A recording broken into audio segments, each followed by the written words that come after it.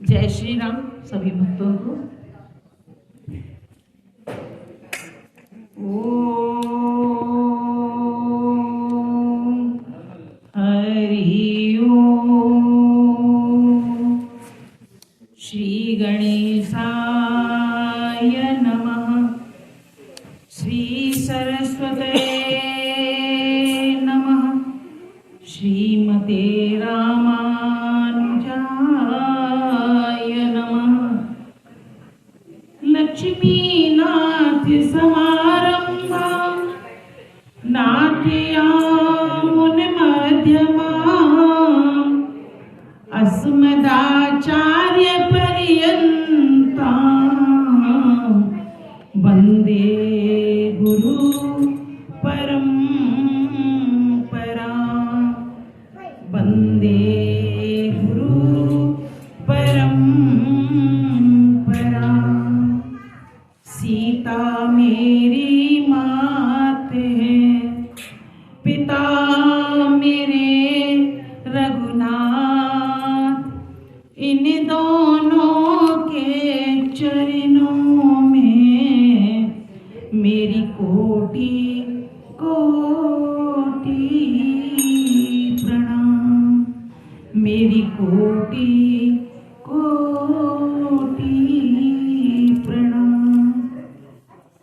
आए हैं तो प्रेम से लो हरि का नाम। सब भक्तों को इस दासी की जय जय सीताराम। जय जय श्री हनुमान। श्री रामायण प्रारंभ करूं, सुनो भक्त हनुमान। आसन आन विराजियो, कथा सुनो भगवान। सियावर रामचंद्र जी की जय। पवन सुत हनुमान जी की जय। उमापति महादेव जी की जय। बोलो रे भाई सब संतन की जय। मंगल भवन अमंगल हारी। प्रभु सुदशरथ अजित बिहारी। सिया राम मैं सब जग जानी। करम प्रणाम जोरे जुग पानी। परम मंगलमय परात्पर अखिलेश्वर अखिल ब्रह्मांड नायक परात्पर परब्रह्म भगवान श्री राम की वांग्मयी प्रतिमूर्ति श्री रामचरितमानस को श्रवण करने के लिए इस राधा कृष्ण मंदिर में आए हुए सभी भक्तों को जय सिया राम, जय राधे श्याम, जय श्री हनुमान। पीछे हमने सुना, मैंने थोड़ी सी रामायण का सार बताया, क्योंकि पीछे कई 2-3 महीनों के बाद राम कथा शुरू की थी, तो बहुत सारे नए भक्त आए हुए हैं, तो उनको समझ में आ जाए इसलिए मैंने पीछे रामायण का सार बताया था। रामायण में कितने कांड हैं वो सब बताए थे, और किस कांड में क्या क्या लीला भगवान की हुई है वो सब बताई थी। क्योंकि इस सब कथा के सूत्रधार जो हैं, पीछे मैंने बताया था कि सूत्रधार तो राम ही है, राम की ही रची हुई रचना थी सब। क्योंकि विप्रधेनु सुर संत हित लीन मनुज अवतार। और निज इच्छा निर्मित तनु माया गुण गोपा। क्योंकि जब जब विप्रों पे, धेनु पे, देवताओं पे और संतों पे जब जब विपत्ति आती है तब तब भगवान मनुष्य रूप धारण करके इस धराधाम पर अवतरित होते हैं, क्योंकि वह तो अपनी इच्छा से जब चाहे तब जो कुछ भी कर सकते हैं। तो कैकेयी माता ने जो उन्हें 14 वर्ष का वनवास दिया, मैंने पीछे बताया था कि जिस दिन वनवास दिया था उस दिन से रावण की आयु 14 वर्ष बाकी रह गई थी। 14 वर्ष की ही आयु बची थी, परंतु एक कारण और था। जो इन 14 चीजों पर नियंत्रण रख ले, वही जीव जो 14 इंद्रियों पे नियंत्रण रख ले, वही जीव इन सब चीजों पर पार पा सकता है, राक्षसों पे पार पा सकता है और जो चाहे वो कर सकता है। वे थी 5 ज्ञानेंद्रियां, जैसे कान, नाक, आंख, जीभ और त्वचा, और 5 कर्मेंद्रियां, वाक, हस्त, पाद, उपस्थ और गुदा। इनके अलावा 4 चीज होती हैं, मन, बुद्धि, चित्त और अहंकार। जब इन 14 चीजों को नियंत्रण में जो जीव रखेगा, तो भगवान का तो कहना ही क्या है, भगवान ने मनुष्य रूप धारण किया, इसलिए हम सब मनुष्यों को ये बताया कि जो संयम नियम से इन चीजों को रखेगा वही सब चीज पर पार पाएगा, क्योंकि मनुष्य लीला कर रहे हैं भगवान। तो इसलिए भगवान गणेश जी, शंकर जी और पार्वती जी को मनाकर आशीर्वाद लेकर राजा दशरथ जी से, सब माताओं से आज्ञा लेकर चलने लगे। तब राजा को होश आया और राजा ने बोला सुमंत्र जी को कि तुम राम, लक्ष्मण और सीता जी को रथ पर बैठाकर वन तक छोड़ के आ जाओ। और धीरे से उन्होंने कहा कि यदि मान जाएं तो 2-4 दिन घुमाकर वापस ले आना।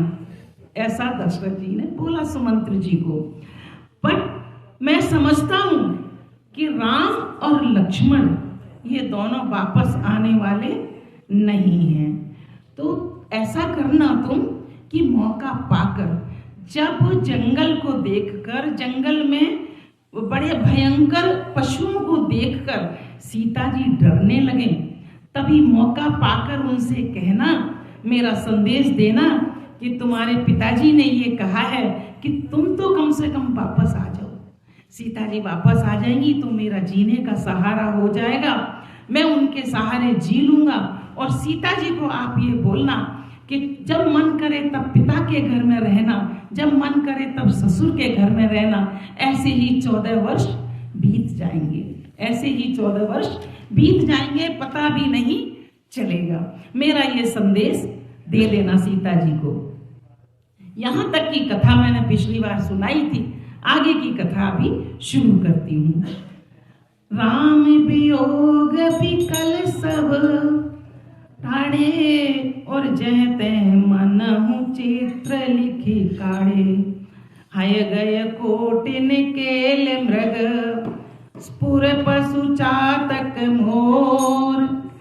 विकृतांक सुख सारिका, सारस हंस चकोर। राम वियोग विकल सब ठाणे, जैसे मनहु चित्र लिखी काढ़े। नगर सफल बनु गहवर भाई, खगमृग विपुल सकल नर नारी। बिकै कई की रातिन कीनी, जेतब दुसह दसहु दिस दीनी। सही न सके रघुबर बिरहारी, चले लोग सब व्याकुल भारी।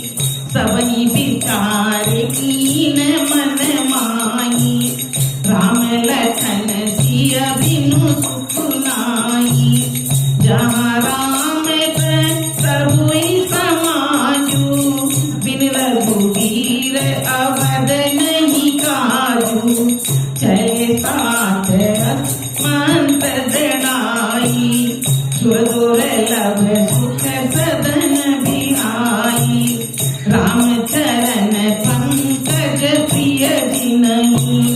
विषय भोग बस करई किसी नहीं, बालक वृद्ध बिहाय ग्रह लगे लोग सब साथ, तमसा तीर निवास किया प्रथम दिवस रघुनाथ। भगवान चलने लगे, भगवान चलने लगे। श्री राम जी के वियोग में सभी व्याकुल हो गए हैं। जहां तहां पशु पक्षी, जीवों की तो बात ही छोड़ो, पशु पक्षी विकल हैं और ऐसे सभी चुपचाप खड़े हुए हैं, मानो लगता है जैसे ये जीव न होके, इनके अंदर जान न होके एक तस्वीर सी बनकर खड़े हो गए हैं। ऐसा लग रहा है जैसे एक तस्वीर है ये लोग। नगर मानो फलों से परिपूर्ण था, परंतु अब जंगल हो गया है। ऐसा लगने लगा अयोध्या जैसे जंगल हो गया। नगर निवासी सब स्त्री पुरुष, बहुत से पशु पक्षी, सभी जैसे धर्म अर्थ काम मोक्ष, अब वहां कुछ भी नहीं रह गया, कोई फल नहीं रह गया वहां पर।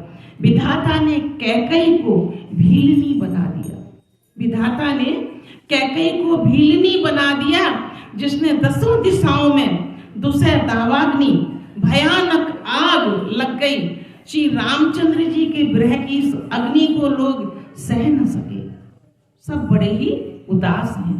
सब लोग व्याकुल होकर जहां तहां इधर उधर दौड़ रहे हैं, भाग रहे हैं। उनकी समझ में नहीं आ रहा क्या करें क्या न करें, बिल्कुल चित्त कहीं उनका लगता नहीं है। सबने मन में विचार कर लिया कि श्री राम जी लक्ष्मण जी और सीता जी के बिना कोई सुख नहीं है, कोई सुख नहीं है। श्री रामचंद्र जी लक्ष्मण जी और सीता जी के बिना जीना कोई जीना नहीं है। जहां राम जी रहेंगे वहीं सारा समाज रहेगा। श्री रामचंद्र जी के बिना अयोध्या में हम लोगों का कुछ काम नहीं है।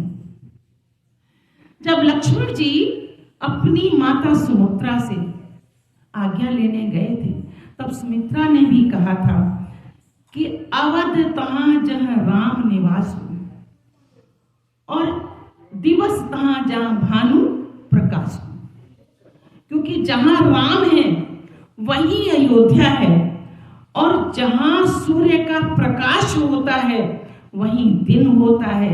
इसलिए हे पुत्र, तुम राम जी के साथ जाओ, तुम्हारी अयोध्या वहीं है जहां राम जी, जहां राम जी हैं वहीं तुम्हारी अयोध्या है। ऐसा दृढ़ विचार करके देवताओं की दुर्लभ हो ऐसी थी अयोध्या कि देवताओं का स्वर्ग भी वैसा नहीं था। देवताओं को भी दुर्लभ ऐसी अयोध्या को छोड़कर श्री रामचंद्र जी के पीछे पीछे पूरी पब्लिक चलने लगी। अयोध्या के सभी लोग रामचंद्र जी जिधर गए उधर पीछे पीछे पीछे पीछे सारे चलने लगे। उन्हें कोई विषय भोग बस में न कर सका। उन्हें कोई ये नहीं था कि हम घर में रहें, यहाँ हमें बड़ा आराम है, हम क्यों जाएं, क्योंकि उन्हें तो आराम सिर्फ भगवान राम के साथ था। बच्चों और बूढ़ों को छोड़कर वे सभी लोग राम के पीछे पीछे हो लिए। पहले दिन रघुनाथ जी ने तमसा नदी के तट पर विश्राम किया, वहां वे रुक गए और रघुपति प्रजा प्रेम बस देखी, सदय हृदय दुख भयो विशेषी, करुणामय रघुनाथ गुसाई, बेग पाई पीर पराई, कई सभी मृदु बचन सुहाए, बहुविध राम लोग समुझाए, किए धर्म उपदेश घनेरे, लोग प्रेम बस सिरई न फेरे, सील सने छाड़ी नहीं जाई, असमंजस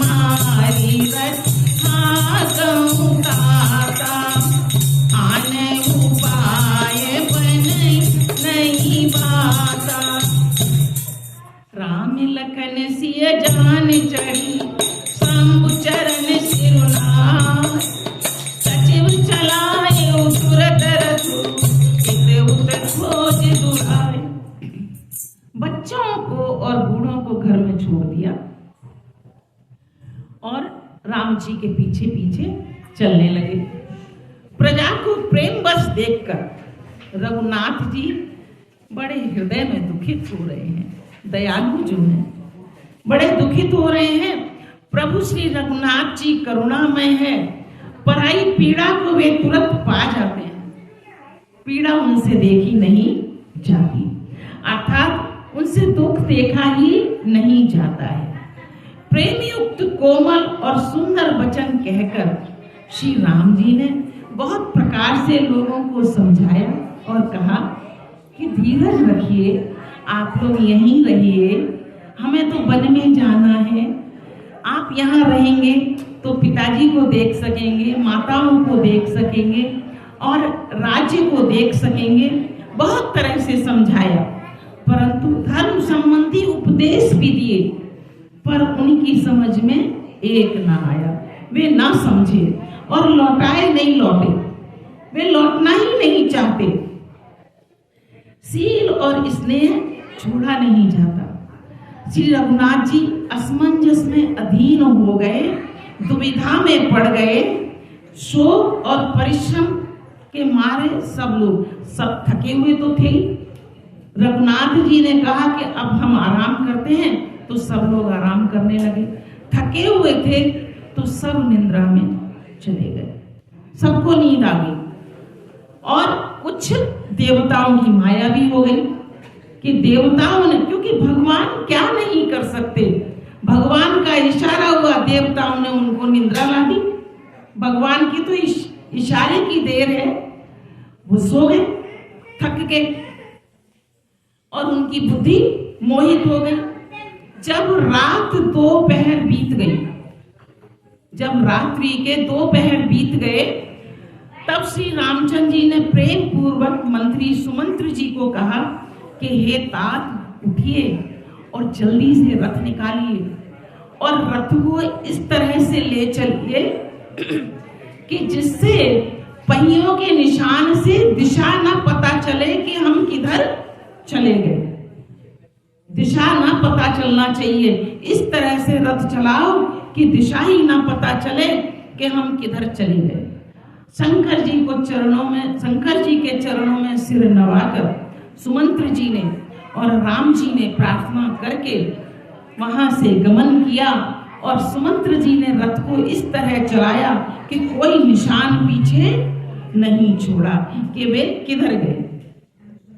और जागे सकल लोग मैं भोलू, गए रघुनाथ भयो अति सोलू, रथ करे खोज कतहु नहीं पावई, राम राम कई कहूँ दिस धावई, मनहु बारिनी पूर्ण जहाजू, भयो बिकल बन समाजू, एक ही एक दे उपदेशु, सहे राम जानी कलेसु, नहीं आप सराई मीना, दिग्जीवन रघुवीर दीना, जो पे वियोग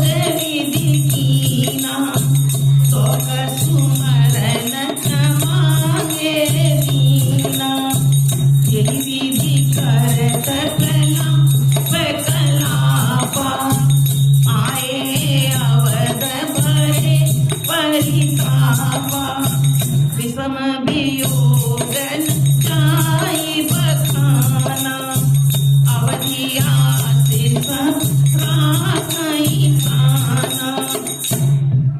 बड़े परेशान। सवेरे सारे लोग उठते हैं और राम जी को देखा नहीं तो चित्त बहुत ज्यादा परेशान। सब लोग शोर मच गया, राम जी कहाँ गए, राम जी कहाँ गए, राम जी तो चले गए, राम जी तो चले गए। शोर मचाने लगे सब, रघुनाथ जी चले गए, हा रघुनाथ हा राम, सब चिल्लाने लगे। कहीं रथ का खोज भी नहीं मिलता, कोई पहिए का निशान नहीं है। चारों तरफ दौड़ दौड़ कर देख रहे हैं लोग, पर कहीं कोई चिन्ह नहीं दिखता, कहीं कोई चिन्ह नहीं मिलता, क्योंकि प्रभु की कृपा, प्रभु तो जो चाहे जैसा चाहे वैसा कर सकते हैं। मानो समुद्र में जहाज डूब गया हो। लोग सोचने लगे कि समुद्र में जैसे जहाज डूब गया हो और जिसमें व्यापारियों का समुदाय व्याकुल हो उठा, क्योंकि व्यापारी तो व्यापार करके आते हैं, सारी पूंजी उनके पास होती है। ऐसे ही सब पूरी अवध की जो जनता है वो ये सोच रही है कि जैसे हमारी जीवन भर की पूंजी लुट गई, हमारी जीवन भर की पूंजी लुट गई। वे एक दूसरे को उपदेश देते हैं, एक दूसरे को उपदेश देते हैं कि तुम तो जागते, कम से कम कोई तो जागता है ना। हम सो गए थे तो क्या हुआ, कोई तो जागता, पर प्रभु की माया सब सो गए थे।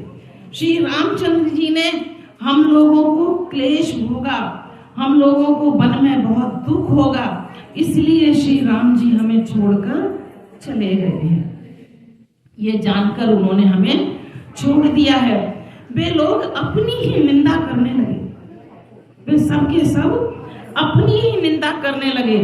कहते हैं हमसे तो मछलियां ही अच्छी हैं, हमसे तो मछलियां ही अच्छी हैं, क्योंकि मछली जो रहती है ना वो उसे पानी से इतना प्रेम है कि पानी के बगैर उसका जीवन नहीं है। दूसरे और जीव भी पानी के अंदर रहते हैं, कछुआ भी पानी के अंदर रहता है, सांप भी पानी के अंदर रहता है, पर कछुआ है, सांप है, ये पृथ्वी पर रह सकते हैं, ये पृथ्वी पर भी रह सकते हैं, पर एक मछली ऐसी है जो और कहीं नहीं रह सकती, सिवाय जल के कहीं नहीं रह सकती।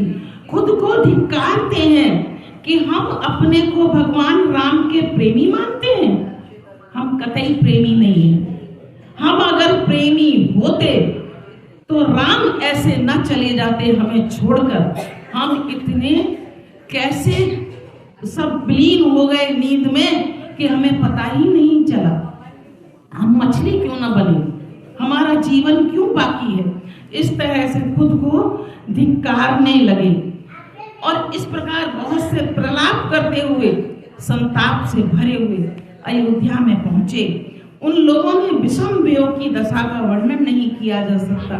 इतने वियोगी हैं, इतने दुखी हैं कि उनकी दशा का, तुलसीदास जी कहते हैं मेरे पास शब्द नहीं है उनकी दशा को लिखने के लिए। 14 साल की अवधि अब सिर्फ एक आशा में काटनी है, ऐसा उन सब लोगों ने सोचा कि 14 साल की अवधि हम एक आशा में काटेंगे। अपने प्राणों को हमें जीवित रखना है, किसके लिए? भगवान राम के 14 साल बाद दोबारा से दर्शन करने के लिए अपने आप को हमें जीवित रखना है। राम तरसित नेम व्रत लगे करन नर नार, मनहु गोपी गोपी कमल दीन विहीन तमार। सब स्त्री और पुरुष श्री रामचंद्र जी के दर्शन हेतु नियम और व्रत करने लगे। कोई कहता है हम खाना नहीं खाएंगे 14 साल, कोई कुछ कहता है, कोई व्रत करता है, कोई उपवास करता है, कोई हवन करता है, कोई पूजा करता है, तरह तरह के विधान करने लगे और दुखी हो गए। जैसे चकवा चकवी के लिए और कमल सूर्य के बिना दीनहीन हो जाता है, इसी तरह अयोध्या की पूरी प्रजा राम जी के बगैर दीनहीन हो गई।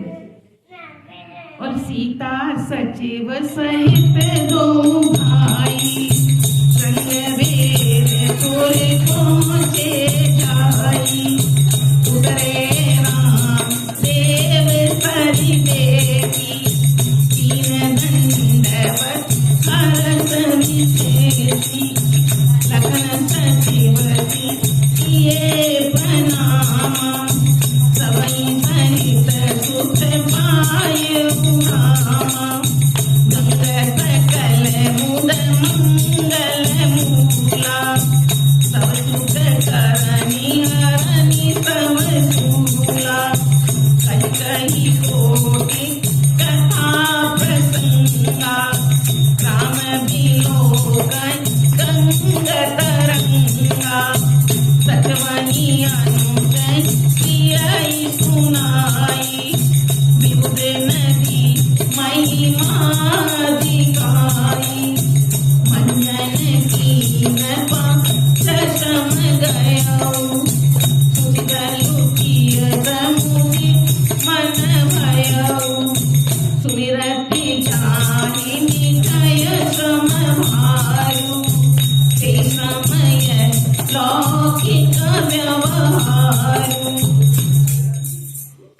सीता जी, सुमंत और लक्ष्मण जी के साथ भगवान राम श्रृंगवेर जा पहुंचे।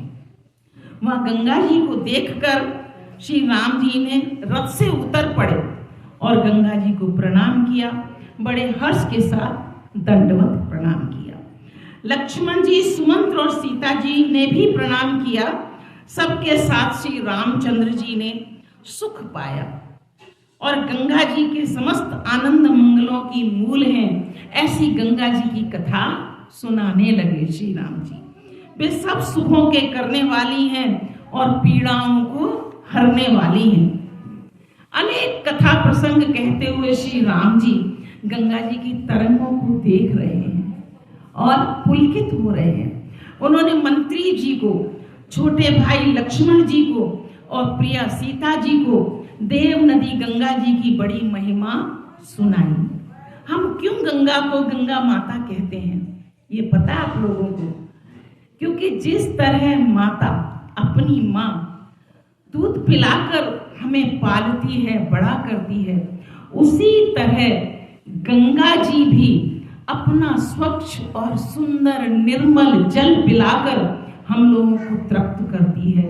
और एक और बहुत बड़ी बात है कि जीते जी तो गंगा जी हमें तारती ही है, मरने के बाद भी हमें गंगा जी तारती है। एक गंगा माँ ही ऐसी हैं जिसमें यदि हमारे मरने के बाद अस्थियां डाली जाएं तो वे अस्थियों को मोक्ष प्राप्त हो जाता है, वे गल जाती हैं। किसी और दूसरे जल में इतनी ताकत नहीं है जो हमारी अस्थियों को गला सके। हमारी अस्थियां गलती नहीं है। जो आग में जलकर भी बच जाती हैं, उन्हें गलाने का काम गंगा जी करती हैं। इसीलिए गंगा को गंगा माँ कहते हैं सनातनी लोग। तो बड़ी महिमा सुनाई। इसके बाद सबने स्नान किया, जिससे मार्ग का सारा श्रम और थकावट दूर हो गई। पवित्र जल पीते ही मन प्रसन्न हो गया। जिनके स्मरण मात्र से, वो भगवान राम जिनके स्मरण मात्र से बार बार जन्म लेने और मरने का क्लेश दूर हो जाता है, जिन भगवान राम के नाम लेने से जन्म और मरण का क्लेश दूर हो जाता है, वे भगवान आज कह रहे हैं कि हमारी थकावट दूर हो गई गंगा का जलपान करने से। महान श्रम मिट जाता है। और श्रम होना ये तो केवल लौकिक व्यवहार दिखा रहे हैं भगवान, क्योंकि भगवान के तो चरण से ही निकली है गंगा, भगवान के चरण से ही निकली है गंगा। तो ये लौकिक व्यवहार करते हुए भगवान कह रहे हैं कि गंगा माँ का जल इतना निर्मल है कि जिसे पीते ही हमारी सारी श्रम और थकावट दूर हो गई है। शुद्ध सच्चिदानंदमय कंद भानु पुलकेतु चरित करति नर अनुहरत संकट सागर से। शुद्ध प्रकृति जन्य त्रिगुणों से रहित मायातीत दिव्य मंगल विग्रह सच्चिदानंद स्वरूप है जिन भगवान का सूर्य कुल के ध्वजा रूप भगवान श्री रामचंद्र जी मनुष्यों के सदृश ऐसे चरित्र करते हैं जो संसार रूपी समुद्र के पार उतरने के लिए पुल के समान है। जो रामचंद्र जी जो करके बता रहे हैं तो वो हम सब सांसारिक जीवों के लिए इस भव सागर से पार होने के लिए पुल के समान है, ऐसा तुलसीदास जी दर्शा रहे हैं। आज की कथा को यहीं स्थगित करती हूँ। आगे की कथा अगले शनिवार को सुनेंगे। श्री रामायण समापत करूं सुनो भक्त हनुमान, जहाँ कहूँ राम चरित कहाँ तुम करो बयान। सियावर रामचंद्र जी की जय, पवन सुत हनुमान जी की जय। उमापति महादेव